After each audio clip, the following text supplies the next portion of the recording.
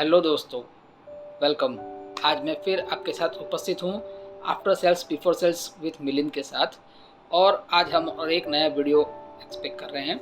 यहाँ हमारे पास आज जो रोल्स हमने बात की थी लास्ट वीडियोस में कि आफ्टर मार्केट पर्सन के पास किस तरह के रोल्स हैं और उसे वो किस तरह से अपने और अपनी कंपनी के लिए और अपने कस्टमर के बेनिफिट के लिए इस्तेमाल करें।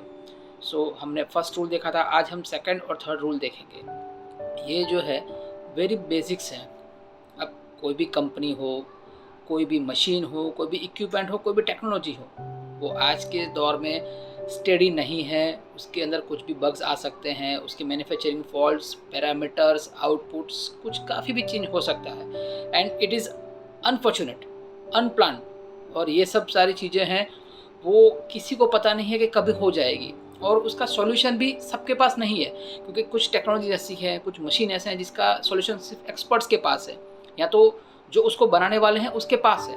तो इन सब चीज़ों के लिए अब हमें सर्विस पर्सन की ज़रूरत पड़ेगी, या तो जो भी बंदा इंस्टॉलेशन, मेंटेनेंस और रिपेयर इसके बारे में जानता है हमें उसके पास जाना पड़ेगा या तो उसे बुलाना पड़ेगा।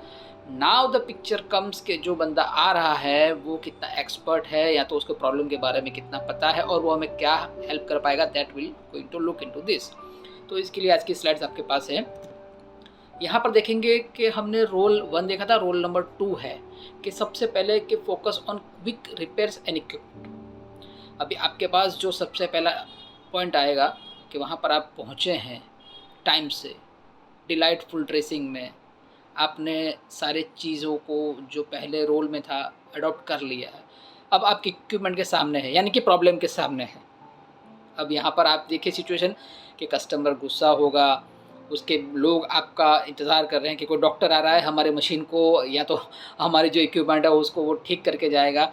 अब यहाँ पर आपका रोल शुरू होता है। तो सबसे पहले आपको वहाँ पहुँचकर कस्टमर के प्रॉब्लम पे फोकस करना है, ना ही इधर उधर की बातें करनी है, नथिंग। सबसे पहले जो भी प्रॉब्लम है साइट पर उसे ऑब्ज़र्व कीजिए, प्रोसेस पैरामीटर्स, उसके फिटमेंट्स, उसके अंदर जो भी चीज़ें आसपास में एक्सेसरीज लगी हैं उसको प्रॉपर्ली ऑब्ज़र्व कीजिए। दूसरा है, कभी भी वहाँ पर टाइम वेस्ट मत कीजिए, कस्टमर के सामने तो ज़रा भी नहीं।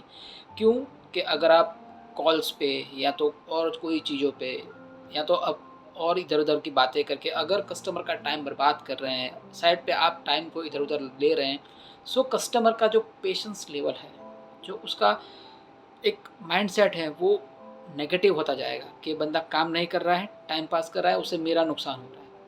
अब उसका तो हर मिनट पे जो नुकसान हो रहा है उसकी क्वालिटी या प्रोडक्टिविटी आउटपुट में उसको तकलीफ देने वाला है, बट आपका जो बिहेवियर है वो उसे और डबल कर देगा।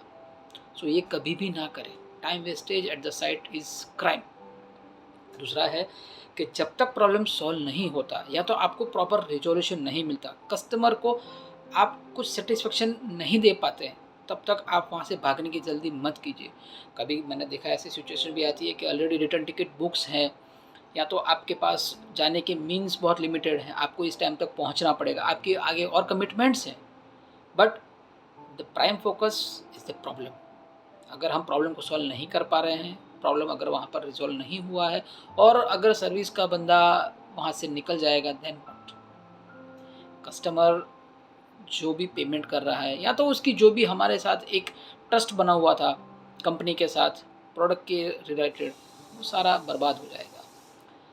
तो ऐसी सिचुएशन में आपको कभी भी भाग दौड़ नहीं करना है। ट्राई टू अवॉइड कि आप वहाँ पर ऐसी भागा दौड़ी का माहौल क्रिएट ना करें। आगे बढ़ते हैं कि कभी भी वहाँ पर पहुँच रहे हैं साइट पर तो अपना एक मन ना बना लीजिए कि हाँ ऐसा ही हुआ होगा, ऐसा ही किया होगा, इसी ने कुछ किया होगा। सो ऐसे परसेप्शन पे मत जाइए। Always listen the customer first. क्यों कि उसकी कई बातों से या तो उसके ऑपरेटर और मेंटेनेंस पीपल की बातों से आपको हिंट मिलेगी प्रॉब्लम कहाँ से हुई, कैसे हुई, किसने की। सो ये सब चीज़ें हैं, वो इजी नहीं है, बट उनके पास आपको जाके एक इमीडिएट सपोर्टिव रिलेशन बनाना पड़ेगा, क्विक रिलेशन। जैसे हम अगर कहीं मूवी टिकट्स लेने जा रहे हैं, हमारे आगे कोई बंदा है और वो बहुत टाइम ले रहा है, तो हम उसे क्या बोलते हैं सीधी से, भैया जी ज़रा थोड़ा मेरा अर्जेंट है, सो ये करवा देंगे। पेट्रोल पंप पे कहीं ज़्यादा लाइन लगी है तो हम क्या करते हैं, किसी को बोलते हैं मैडम मेरे साथ फैमिली है, बारिश हो रही है तो मुझे ज़रा पहले जाने देंगे क्यों में। ऐसा कहीं कहीं होता है। So this type of quick relations हमें डेवलप करना है। उसको बोलना है कि सर मुझे इसके बारे में थोड़ा जानना पड़ेगा कि कब हुई ये प्रॉब्लम, रिपीट हो रही है या तो कोई प्रोसेस के टाइम पे ही हो रही है, स्पेसिफिक सीजन में हो रही है, कुछ ना कुछ आपको इसमें से हिंट मिलेगी and that is going to lead to the root cause. So never lose this relation. दूसरा है कि कभी कभी हम जब बात कर रहे हैं कि कस्टमर के पास जो भी चीज़ है वो उसके मशीन में लगने वाली है, उसके प्रोसेस में लगने वाली है, उन चीज़ों को ऑब्जर्व करने के बाद आपका टाइम वेस्ट वहाँ पर हो गया तो वो डिफ़िकल्ट हो जाएगा। और उसको लिसन करने से आपको भी फ़ायदा होगा कि ये प्रॉब्लम अगर कहीं आई है तो उसका क्या रीज़न हो सकता है। नॉट नेसेसरी कि इक्विपमेंट ही ख़राब हो, प्रोसेस ही ख़राब हो, पर्सन भी ख़राब हो सकता है, या तो उसके आसपास ही एसेसरी का भी उस पर असर हो सकता है। So that will give you some chances. अब यहाँ पर कभी कभी ऐसा होता है कि आपके पास इमीडिएट सॉल्यूशन नहीं होता है। डोंट वरी, कोई प्रॉब्लम ऐसा नहीं है कि जिसका इमीडिएट सॉल्यूशन आपको मिल जाए, आपको आता ही हो या तो हर किसी को पता हो। No one is a master. But ये सिचुएशन अगर है, आपके पास उसका इमीडिएट सॉल्यूशन नहीं है, then very first thing is to update the customer about the reality.